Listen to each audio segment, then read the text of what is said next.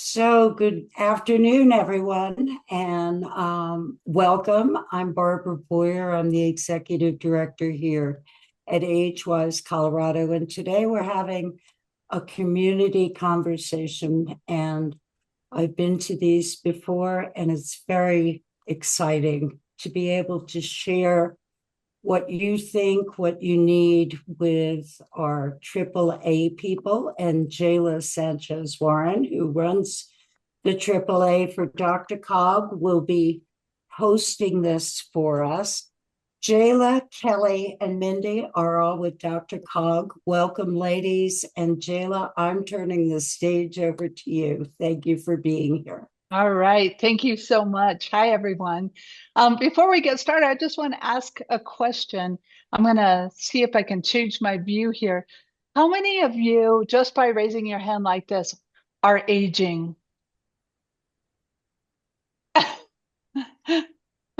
We're all aging, right?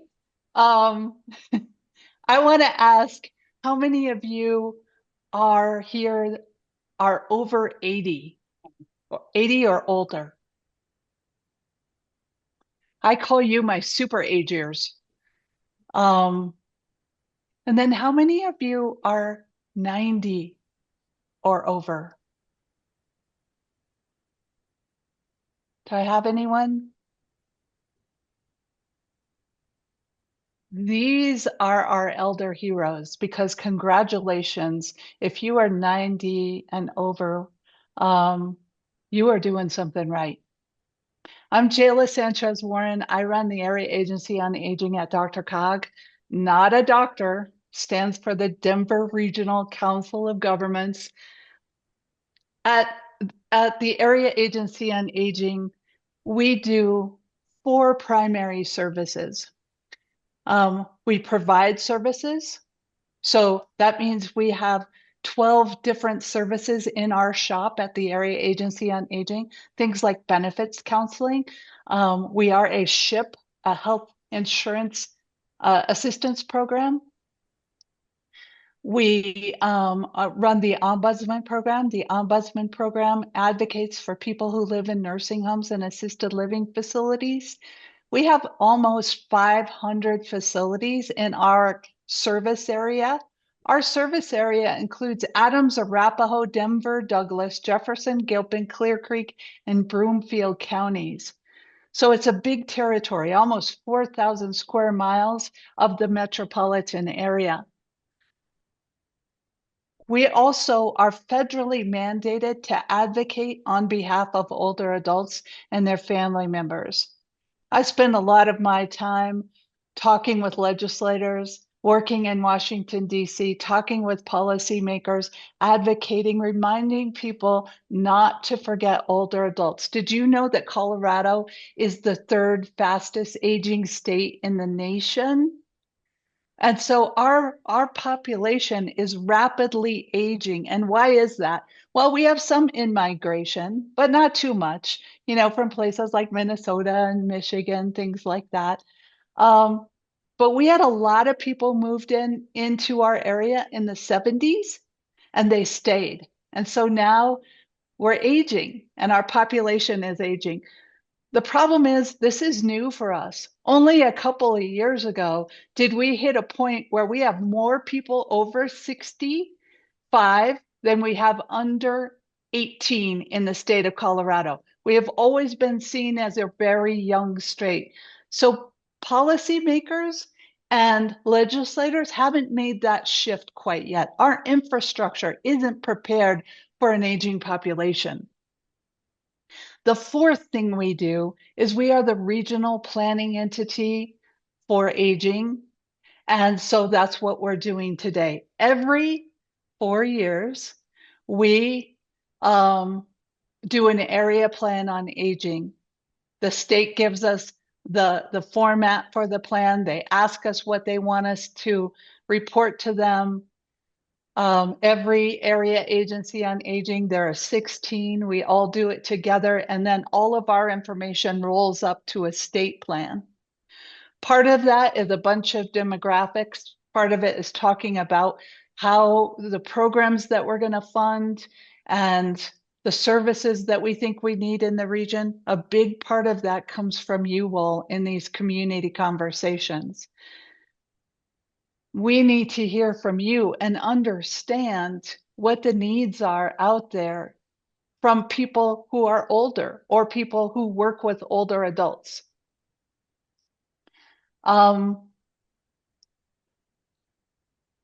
So one of the things, this is more important than ever that we hear from you, because over the past 3 years, we have sustained funding cuts to the tune of $8 million in cuts just in the Dr. Cog AAA, not including all the other AAAs in the state. What does that mean when I say cuts? Well, remember when I said we fund services? We fund services like transportation services. We contract with multiple service providers via Hop, Skip, Drive, Uber, um, several others. They're escaping me right now. MedRide. To provide trips to primarily doctor's appointments and so that grocery stores, essentials. We still do some personal trips, but not as many, because when we got less funding, we had to really prioritize those services. We fund nutrition services. We about 5,000 meals a day go out to individuals because we paid for them. We contract with Volunteers of America to do home delivered meals and congregate meal sites, and we contract with Project Angel Heart to do home delivered medically tailored diets. We have in-home services. We have chore services. We have legal services. All of these are services that the Area Agency on Aging pays for and is provided by local contracted service providers in your community. We're expecting another big cut next year, and in actually the middle of this year, in the next legislative cycle. We're hearing that the state is going to be another $1 billion down. So they're going to go into the legislative cycle with a $1 billion deficit and needing to make more cuts again. I need to be able to tell your stories to those legislators, and I need to put in my report those services that are most essential for you. Because we have lost funding, we really have to focus on those people who are in the most need, with the most critical services. So, for example, the state defines the most in need is people who are 75 and older, who have illness, maybe have a disability, who live in rural areas, who are low income, who live alone. There are multiple definitions of that. And so it's really important that we target those services. Oftentimes we will get a call in the office that someone needs assistance. Maybe they'll start out with transportation, and during the call we find out that they need transportation to go to their medical doctor because their insurance changed and they haven't had their meds in a few months. So now, and they're having a hard time paying for things, and their rent is behind. So we've got a transportation issue. We have someone not taking their meds. We have someone who's not paying rent. All of a sudden you go from one problem to many problems. That person could easily be homeless or end up in a nursing home prematurely just because they don't have systems in place. So today I'm going to start with those questions that we want to ask you. we want to talk about some of those key services that we focus on and understand how you get information. So the first one is about information. What makes it easy for you to find information about services for older adults? And my view is such that I can't see you all. I'm trying to change my view, but I can't find it quickly here. Oh, there it is. Um, so, okay. So I need you all to participate and talk with me if this is going to be successful. So how do you find out information about services for older adults, whether you're an older adult or you work with older adults? Where do people go to find information about services? I read an article recently that you have a relative in assisted living, and it's really a problem right now. Assisted living, independent living, memory care, as far as deficiencies go with public health. Now, that's Yep. not answering your question.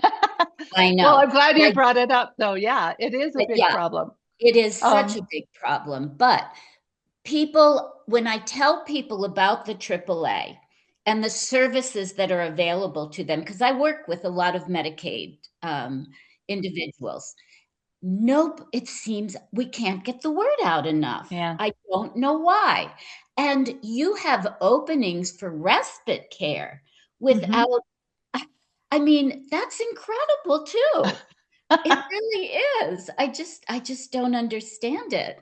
But people go to the Senior Blue Book. Yeah, they That's do. where a lot of people go.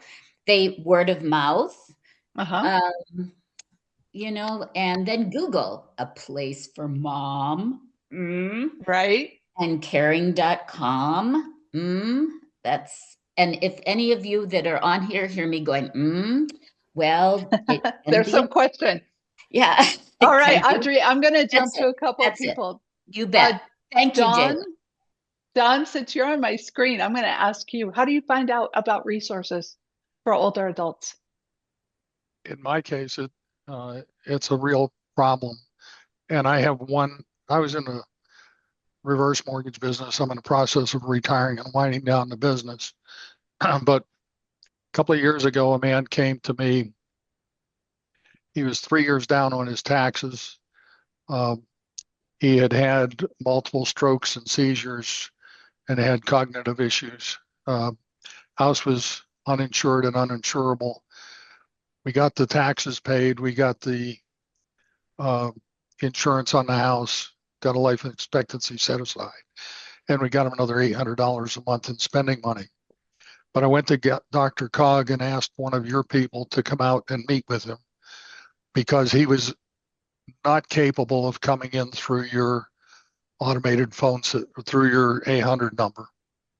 And the response I got was that for that person to meet with him without going through your system, she was likely to be fired.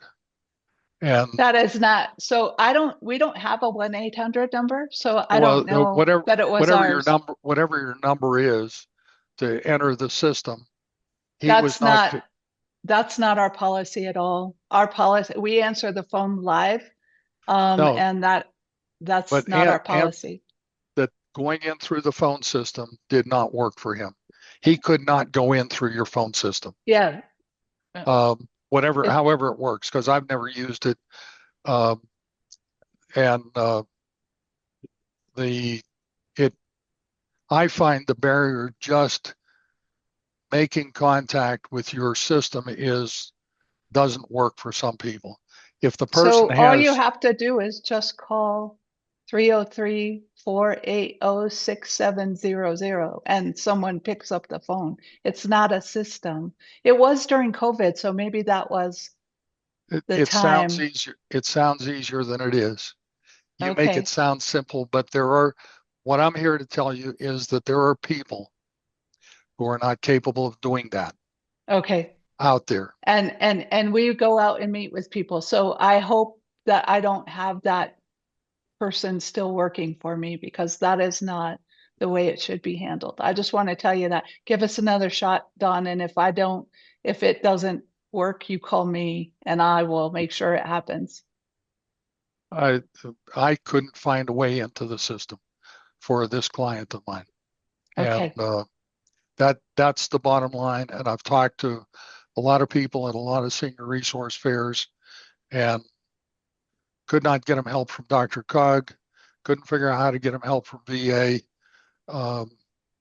And he was at the edge, he was on the edge of being homeless. It was a sad situation. And I'm just here to tell you that I'm sorry you had that experience, because that should not be. okay. Anyway, that's my experience. So, Okay. have a good day.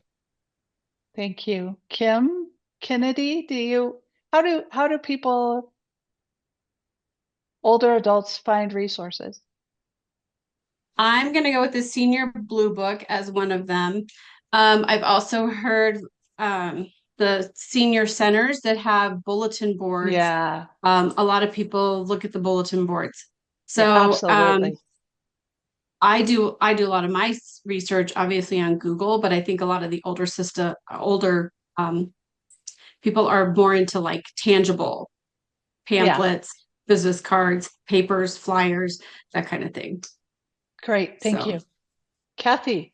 First want to say that I try to find things on the internet, but it's not particularly effective. I want to commend you because my understanding is I'm volunteering for a resource fair on this Saturday at a manufactured home community. And my understanding is that you will have folks there. And I think that is a very effective way to communicate to folks at things like resource fairs in underserved communities. Yeah, we have certainly been hearing from people about finding information on online and saying, wow, I don't know, there's so much, right? I go to click on something and it takes me somewhere else, and then I get somewhere and I don't know what they want, and then they tell me to write my name and my number, and they want all sorts of information before they give me any information. And it's not that it's not there, I just don't know if I can trust it. And so that has changed in my career. I've been doing this a long time. People didn't know where to go before. Now it feels like there's so much information coming at them that discerning it is hard, to figuring out what you can trust and what is real and not real, and what kind of information you should give. Barbara. Yeah, I'm a little taken aback that this age-wise webinar, no one's saying age-wise. In the over 5 years that we've been around, we have had over 500,000 hits on the website of people looking. And Kathy will be at that resource fair. I think you're probably talking about the one in Golden. So make sure you stop by our table. And the thing about it, and the reason we were created, was because of your reports and doing these surveys. And we go and do background checks and all kinds of other things with anyone we put on the website, as Don can attest to, because we want to make sure they are legitimate businesses and you don't have to go through thousands of Google's listings to find someone that is trustworthy. So I recommend that to everyone. Absolutely. Absolutely. It's a wonderful resource. And you're right. My whole career, information and assistance has been the bane of my existence, trying to figure out how to communicate and let people know that there are resources out there. They wanted to know where the resource fair was, so maybe if they could put that information in the chat. Great. It's just for the particular community. They don't really have the ability to open it up to the public. So sorry about that, but it's limited parking and space. Okay. Thank you for that. Let's go into the next one. How many of you again. And if you would come on camera, that would be wonderful. So we could see you and it'd be like we're all in person together in the same room. How many of you, either electronically or by just raising your hand, have access to healthy food? No, a lot of our population has a hard time affording food, especially healthy foods, fresh foods. Who are you with? I work with Kavod Senior Life in Cherokee. Oh, wonderful. Thank you. Yeah. Yeah. So yeah, so healthy food is an issue for some people, right? Are there reasons why, what are the barriers to healthy food? I think one of the barriers is actually making it, because most Making it. healthy food has to be prepared and it has to be made, and it's not as easy as just like throwing something in the microwave or grabbing it and eating it. So I think the biggest barrier is actually having something prepared and made that's We have healthy. definitely heard that a lot, is that I can't stand long enough to prepare the food. I don't want to prepare the food. It's just me, and I'm not going to prepare a whole meal for me, you know. Yeah, there's just I think that's a really good point. Anyone else? Patricia Jones, would you like to share what you think a barrier might be? Oh, transportation. Transportation, absolutely. How do you get there, right? And then you got, laundry detergent, and you got your food, and then how do you carry all your bags into the house if if you're struggling? Um, all of those things are an issue. The cost of gas. What Yeah, and else? it's getting Anything else? so, I'm sorry. Go Yeah, and it's ahead. like you Yeah, don't want to deal with the traffic anymore. right. So it's like you have to trying to figure out how to make buses work, bus connections to work. Mm-hmm. Trying to group my errands, walking errands, switching Mm-hmm. over to a bicycle. But yeah, transportation is an issue because it isn't like everything's across the street. Exactly. And then in days where we have 100-degree heat, right? You're not going to go out walking or riding your bike in that heat. It's dangerous. So Yes. that can be a real issue as well. Anyone else? I've been hearing about the cost of food. Anyone else feeling that way or hearing about that? Yeah. Kathy? The cost, and also right now, maybe not trusting fresh produce so much. Oh, yeah, exactly, right. No lettuce for sure.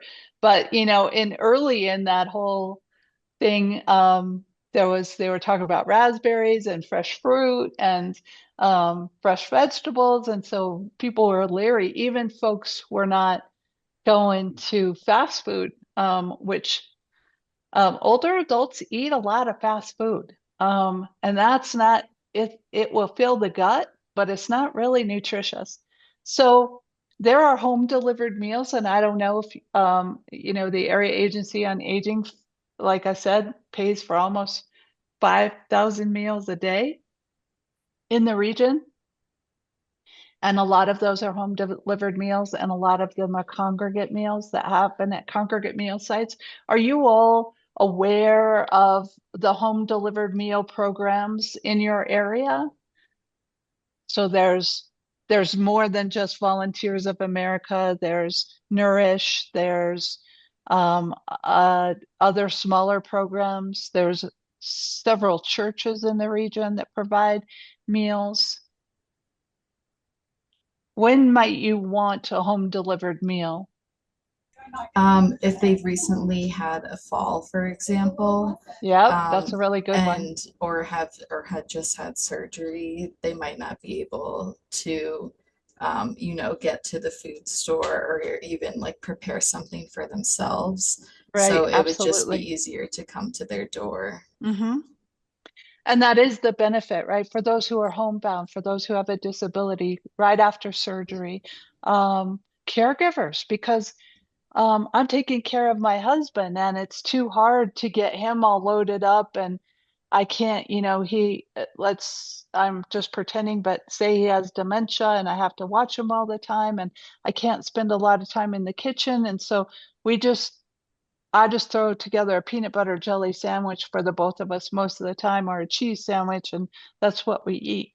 Um, Home delivers meals is a really good answer for those kind of people as well, because they just don't have time to prepare a meal.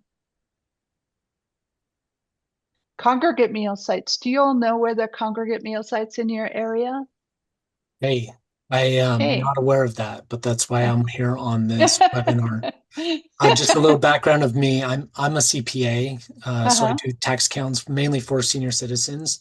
Mm-hmm. So a lot of the times I realize I need to just sit down and talk with them other than just taxes because a lot of them are struggling and they need resources. And so, my goal is to kind of learn more about your program and other programs so that I can help my clients even further and point them in the right direction. Because honestly, when it comes down to someone they trust, I'm the person they trust. After I do a tax return, they know Yeah.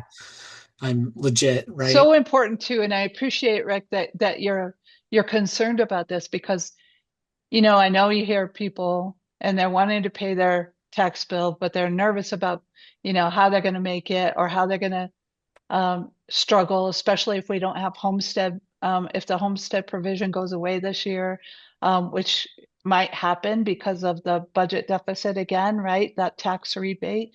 That that impacts people's lives. And then they cut back in other ways. They might not go out as much. They might not drive as much because they had to pay their income taxes for a little while. So I appreciate you being here. Yeah, so I guess there's lots of senior centers that have meal programs.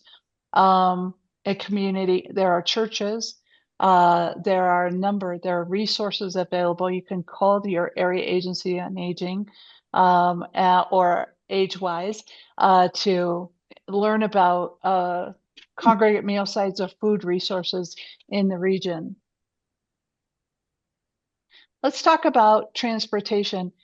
How many of you have stopped driving? Is there anyone here that have stopped driving and would be willing to talk about it?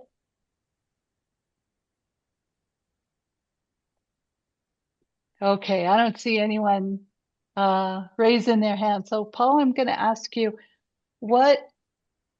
think about a time when you can't drive. What does that mean for you? How's that going to change your life? For me, I don't have family around, and I'm 70. I'm active. Luckily, I have my health and able to move about and drive. But I think back to my mother when she turned in her keys to her car. She made the decision. Mm-hmm. And it really didn't affect her life that much because she was pretty able-bodied as well, had lots of friends in her area. They were kind of like a support system. So for her, she was lucky. For someone like me, it would be a real problem. There is bus system, but I'd have to find a way to get to the bus stop to catch the bus. My insurance company, as far as medications, do have a service where they will deliver medications on an emergency basis. But that can cost extra money. So I'd like to see more information about ride shares among seniors who still can drive. What a really good idea. Yeah. Because I think you would trust fellow seniors more than like an Uber or something else where you don't know the driver. Kind of like a network of, hey, I need a ride, or can you get this just a network of people who are there for you and Yeah. each other. You know, we fund a program called A Little Help, works in the kind of south part of the region of the Denver metro area. They have volunteer drivers, and that's exactly what they do. It's a community that volunteer to drive people all around to medical appointments, to food, to personal. You know, people want to go to church and they take them to church. And um, I really believe that transportation equals quality of life because you stay home and you're isolated, right? And you don't have the opportunity to go out and talk with people and do things that you enjoy. So thank you for sharing, Lucille. If I could make one more Yeah, comment sure. real quick. I found myself in a position where I had to have a medical procedure, and that person that was to be with me had to stay with me. They could not leave the medical office. They had to stay there. They could wander around, but they, had to be within communication reach. Yeah, we are. So Sorry, go ahead. I looked, I called so many places to try to find where they offer someone to stay with you, but they don't, or it costs so much money. Costs a lot of money. I It was does. desperate. I called a friend I hadn't talked to in 2 years. We are definitely hearing more and more of that. We do provide transportation services. Like I said, we contract with a number of community service providers, but that is one thing they don't do. They won't stay there. Some, like MedRide, can sign you out. They'll take you into the office, set you down, sign you in, whatever, but they won't stay there. Primarily because we can't pay for it. That's a huge cost, right? And so you're right. And it's just been coming up, I would say, regularly, probably daily in the last 6 months. We're really hearing this a lot. And I feel like we need to talk to the hospitals about what is going on here and why the change.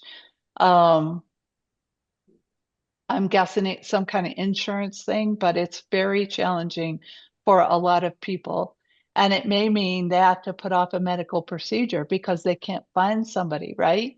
Um, it also means that I need to be creative and see if there's other ways that we can accomplish that. Can we accomplish it through volunteers? What does that take to do? Um, is anyone doing it in the region? I don't know if like a little help is doing that. So that's something that I can find out. That's a really good example of why talking to you is so important, is because you have triggered something that I need to look into. And maybe we need to think about how we could develop a program, because we're definitely hearing that in our office as well. Engagement is so important too. Can you talk to me about how important socializing is for people? Why is it important then that you go out? Jennifer Morales, you're on. Why is engagement so key for older adults? Well, because I think my first thoughts is first of all, it's too easy to get isolated sometimes, particularly if there are, other challenges that you're dealing with. But it also, I think, helps cognitively, helps with, other people being engaged with you that might notice things about you or whatever that you don't notice yourself and so forth. So those are a couple of the first things that come to my mind. Yeah, Rich, and you've been dealing with this yourself, haven't you? Yes. Or your own family has reached out and said to you, "Come on, let's Yeah. go." They're always checking up on me. How you doing? Let's go That's out to awesome. dinner. I'm like, cool, we can do that. Yeah, that's important. Because might you just stay at a home if I, yeah, I can easily get sucked into just, working on the computer, watching TV, although I have to admit, folks, for me, watching TV means mostly watching documentaries and news programs. So, like the occasional television series. And of course, I'm always willing to watch any of the Star Trek shows. So, but other than So that, you could get stuck watching Star Trek and forget that there was even other people out there, right? yeah, yeah. Uh-huh. But I'm still writing my wine column, so that keeps me That's going really too. good. So, Yeah. Barbara, go ahead. You You know, want to talk about socialization? we have a phone line for people who aren't comfortable using the computer. And the thing I've noticed more than anything, number one, probably at least half of our calls go for transportation, Jayla. So, yes, Okay. a Half huge, of the calls. So take that down, Kelly. Half of their calls are about transportation. but as the people that call want to talk, they don't necessarily even, some of them know exactly what they need. Some aren't sure, but they know that they need something and they want to share a long story. And I have come to recognize, I listen, I always listen, but they're lonely. They're usually women and they live alone. And to get to from point A to point B, you got to go from the back of the alphabet and back up to B. And I think that's part of that whole social isolation issue. Absolutely. I mean, you validate them, right? You listen to their concerns, but you validate that they are a person, that they exist, that they have needs. And that if you don't get that on a regular basis, think about how that must feel. You must wonder, I've heard people say this, I don't even know if people know I exist. Be dead for a week before anyone Yeah. me. Yep. I mean, we hear that a lot in our office as well, right? We are social beings by nature. I live in the mountains. I work downtown, but I live in the mountains. One of the things I know that I have to do when I retire, I have to move out of the mountains because I won't leave the canyon. I love it up here. But I have seen my neighbors become very different people because they haven't socialized. And dementia is high among older adults in the canyon because I think they're not talking to anybody and they just have these stories going on in their head that they make up and that becomes their reality. Um, so yeah, very, very important. What what is a barrier to socialization? We've talked about transportation, right? If you can't get out. What else is a barrier? Hearing issues. Hearing issues. Oh my goodness. I'm so glad you said that. Hearing and eyesight, we've been hearing, right? I want to talk about something that's a little uncomfortable, but I know this is so true. Incontinence. People are not going to go anywhere if they are thinking they may have an accident, right? So, how do we get them incontinence supplies and maybe the medical help that they need to deal with that? People are very uncomfortable in talking about that. Are there any caregivers out there, people who have been caregiving, cared for your husband or your parents? Or Lucille, you talked about that. Did you care for your mom? Were you a caregiver, family caregiver? Um, I was not, sadly. There were location. I'm in one state. My mother was in Oh, yeah, another. that's really hard. Another family member stepped in with his wife and took over after she was in her 90s when she just stubbornly left her house she was living in by herself. And yeah, I did not have to. But it was very difficult not being able to, Yeah. having someone else controlling her whole medical situation. And long distance caregiving is hard too, right? Because you're not there. And oftentimes you hear the stories, but there's not anything you can do about it. Deborah, you came on. We had family, luckily, to answer your question, that could step in and arrange everything That's for awesome. her. If it wasn't for my stepbrother, I don't know what would have happened. So Yeah, so that's another thing to think about too. If you don't have anyone, yep. What do you do? what do you do? I know. I really hear that. Deborah, you came on. Did you want to talk about caregiving? Well, it was an accident that I came on, but I'm happy to be here. That's awesome. Struggled to get on because I work at a community, a senior living community, and had a or just as you guys started, but the loneliness is one of the major things I hear from folks. And there's so many people that want to stay in their own home. I get it. And maybe even with home care, which is great, but the socialization piece is still missing. Right. Absolutely. I'm having yeah right now with plumbing. So I am at my daughter's while all of being taken care of. And we all love our kids, but there's something about having interaction with people who are in your age bracket and have your same interests as opposed to a 13, 15, 18-year-old and daughter and son-in-law, right? I mean, right, absolutely. Going on. And I still work, but if I wasn't, I I don't know. I heard you talking about incontinence. And also goes hand in hand with urinary tract infections and people not drinking enough because they don't want to be incontinent.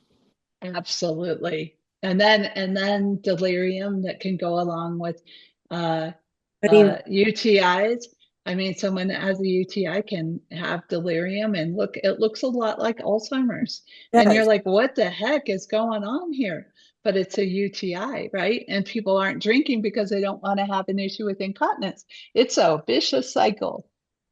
Totally true. And you have to, it doesn't have to just be water. To all the seniors out there listening, you can eat watermelon, you can eat peaches, you can eat cucumbers to get some hydration. Popsicles. There's all sorts of things you can do to have, I have my big old jug of water here that I try and get in. Yep, you too. I enjoy Age-Wise. I appreciate the website and was talking this morning. Wanted to be sure to get on and offer support. And I can serve, Barbara knows, I can serve as a resource. Yes, I am supposed to move people into this building, but if we're not a good fit, everybody is not a good fit for every place. I absolutely serve as a resource. And as a former ombudsman, I really appreciate you saying that because not every place is right for an individual. And it's not just about getting heads in beds, right? It's about making a good fit for that individual. Thanks for Thank you so much. Okay. Back to caregiving, right? What is the most important resource for caregivers, do you think? Anyone can talk. Anyone who's been a caregiver can share. Barbara, maybe you would like to share what caregivers are asking for. Respite care. Respite care.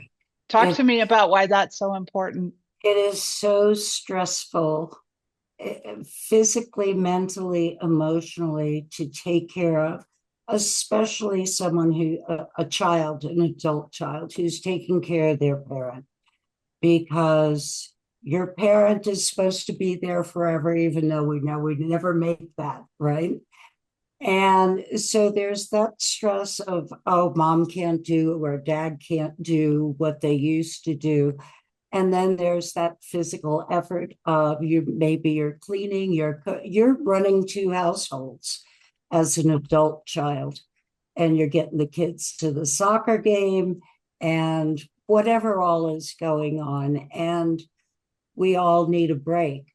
We talk so much about balance of, work home life. Well, when you're taking care of someone, that is a full-time job. It is. And people absolutely need a break, and there is respite care available through DRCOG and through other programs. Easter Seals has an incredible program.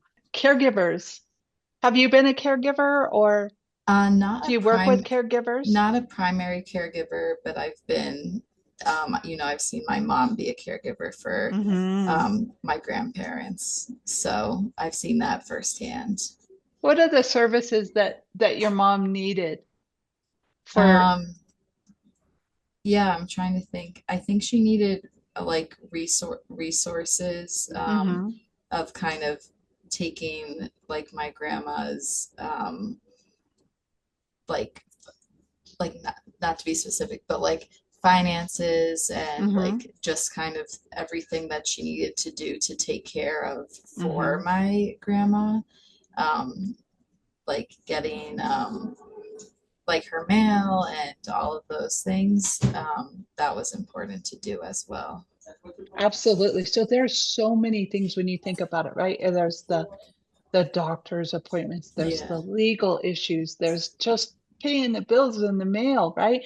And the yard work and the housework and getting medications and getting to the doctor and and then that's just like, okay, that's the must do's. Now what about quality of life, and how do we make them happy, and how do we make them laugh, and how do we make them feel important? All of those things I think are challenges. I'm living that right now.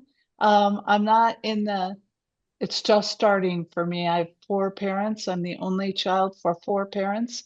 And it's going to be a ride. And I know what I'm doing in the field of aging. It's not going to be easy. I know this because it's just not. And so how do you take care of yourself? Barbara, you have your hand up? No. Okay. I see a little hand. I thought Rich had his hand up. Okay. Rich, did you have your hand up? Rich certainly knows about caregiving. I didn't have my hand up, but I can talk about whatever you want. What did you need as a caregiver? For me, I guess maybe a form of respite, but more like coverage, because it's 24 hours a day. And I was still working full time. I was lucky that I had an employer who was willing to let me work at home. But if I had a meeting where I had to be in person, or even just to go out, get groceries or something, I always had to figure out if it was safe to leave for 2 hours or if I needed to call somebody to come over while I was gone and that kind of stuff. So that was always unpleasant. Yeah.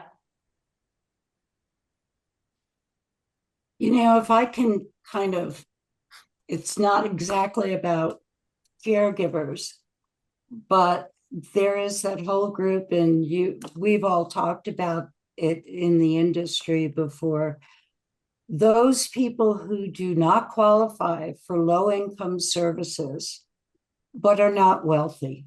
They are low middle income, maybe even middle income, depending on their circumstances, and getting the programs they need, getting the absolutely they need.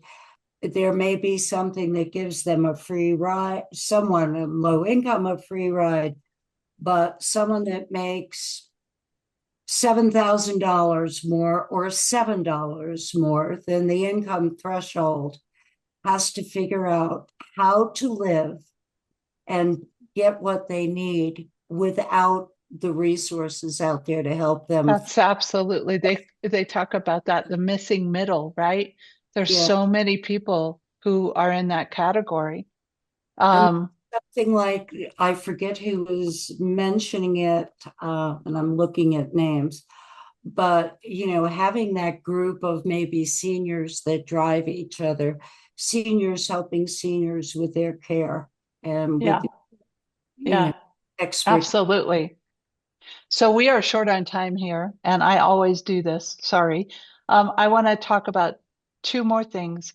Safety. How many people feel safe at home? Do you feel safe in your home?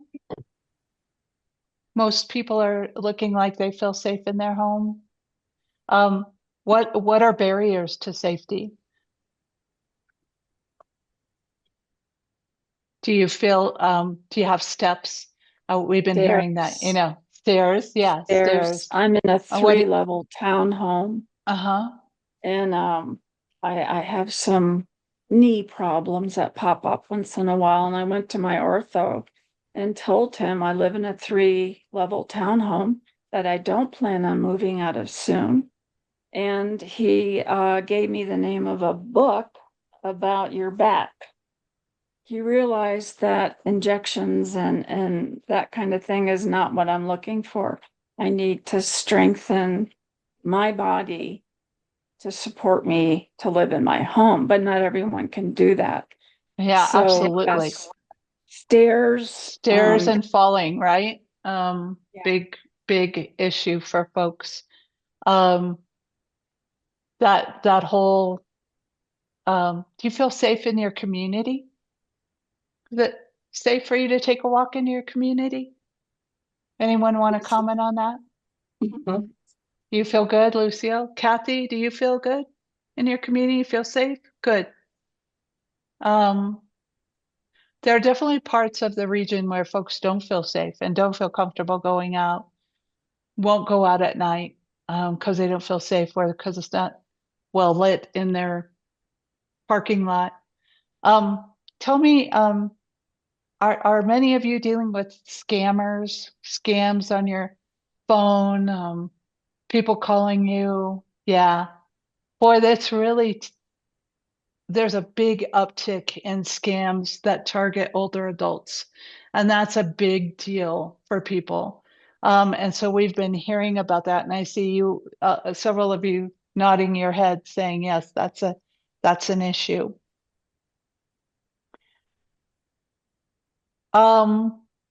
So this, I want to spend I know we're over time, but I won't take too much time.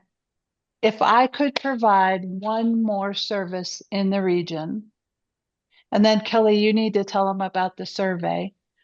What should I try and fund? What's the service that's going to help you stay at home or live the life that you want to live? Doesn't have to be at your home. It could be in an assisted living or an independent living, or what is going to make your quality of life better as you age. And if you can't think about now, think about 5 years from now. Or if you're a child who has elderly parents, what would make their life easier? What's that one service?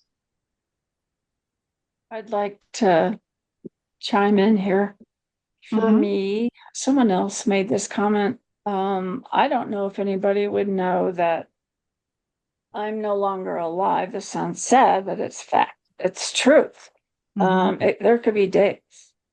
If there's a program that, where you check in with someone every day, that isn't so expensive. I see these organizations that do this, provide this, but they do. Some people can't afford what they're charging.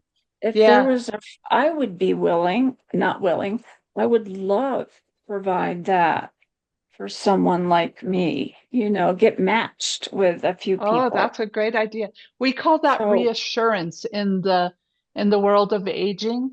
And we did a lot of that in COVID. And then after COVID, the funding went away for that. But there are, I think, that is definitely, I'm so glad you brought that up because I think that's such an important service. And there are some of my colleagues, area agencies on aging across the country and in Colorado that provide that service for free, where they match up, they have volunteers that call other people. Maybe you call 5 people in a week, right? And you just chat and check in on each other. I think that's a really important service that I would like to support. So thank you for that. You've given me some good ideas, Lucille. Thank you. I have a lot of time to think, too much time. Anyone else want to give me an idea of a service that's needed? I have heard, I'll just give you some ideas. One guy in Castle Rock told me someone that would pick up your pet's poo for free because that was getting harder and harder for him. I heard a lot about transportation for personal trips and for social engagement to do fun things, not just go to the doctor or the grocery store, right? That shouldn't be their only entertainment. What else, Kelly? I can't remember what else we've heard. Uh, uh, uh, a lot about transportation. We heard meals, making sure that people had access to food in every part of the region, which isn't the case. It's harder in some areas. So that's very important. Kelly, I would love you to tell them about the survey and then I will close out. Okie doke. So, a very big piece of our collecting information, similar to the questions that Jayla's been asking today, is that we have 2 surveys and they're available online. And so Mindy put in the chat early on in the meeting the link to the web page on Dr. Cog's website that basically talks about the AAA, the 4-year plan, and then a link to a survey for older adults to take, and a link to a survey for professionals in the aging sector to take. And, it's that And if aggregate. you're both, you can take both of them. There you go. And I'm not, can you put the links back in? Because I'm not seeing them. Yes, Okay, I'm Mindy, doing that right now. Yeah, Mindy's. Okay. Mindy's doing it right now. So thank you in advance for filling out the survey. We're going to compile all that information, and that is a very important element to the 4-year plan that will actually be published next year. Yeah, so that's a good point. Thank you for that. I have to turn in my area plan. Well, it has to be done in November. There will be a whole month of the area plan being posted on our website for people to review and make comment. And then it goes to the state in February. And then the state will develop its statewide area plan on aging. I want to encourage you all to let people know what your needs are, especially your Okay, local I need to elected get the officials. because I've got the person coming from the plumbing. Okay, thank you. I you all are a powerful voting bloc, and if there are things that you need, let your legislator know that you need these things in your community. Let your commissioners know what's important to you. Come on, baby. Come on, Fred. Thank you all for sharing your stories with me, for giving me really good ideas for participating and learning. And thank you for the service that you provide to people who are older in your community, whether it's your neighbor or if you're a caregiver, and thank you for the elders on this platform, all that you have done, right? All that you have done. It's on your shoulders that younger people stand. For all the work that you did, we have a better place to live now. We have a free country now. because of the veterans and all the stuff that they've done. Thank you for your contribution, and we're not going to forget you. I want your old age to be a wonderful time in your life where you don't have to worry about how you're going to live, how you're going to get what you need. And I hope that we can find some way to make you happy and bring some joy into your life. Thanks so much for your time. Thank you, Jayla. Thank you, Kelly, Mindy. Thank you so much. And thanks to all of you for coming and giving your input. We'll see you next very time. much. Have a great afternoon. Thanks for hosting us, Barbara. Age-wise. My Go pleasure. to Age-wise. Barbara will help you. Or come to the AAA. We'll help you. I will get the list to you. Okay. As soon as the recording's done, I'll get Yeah, if you send us a recording, I might be able to get the list since I'm a co-host too. Oh, from the recording link. Oh, well, you could probably get the list from, yeah, I mean, I literally download in a spreadsheet. Yeah, I do too when I do it also. Okay. If I get the recording link, then I should probably have access. If I don't, I can let you know.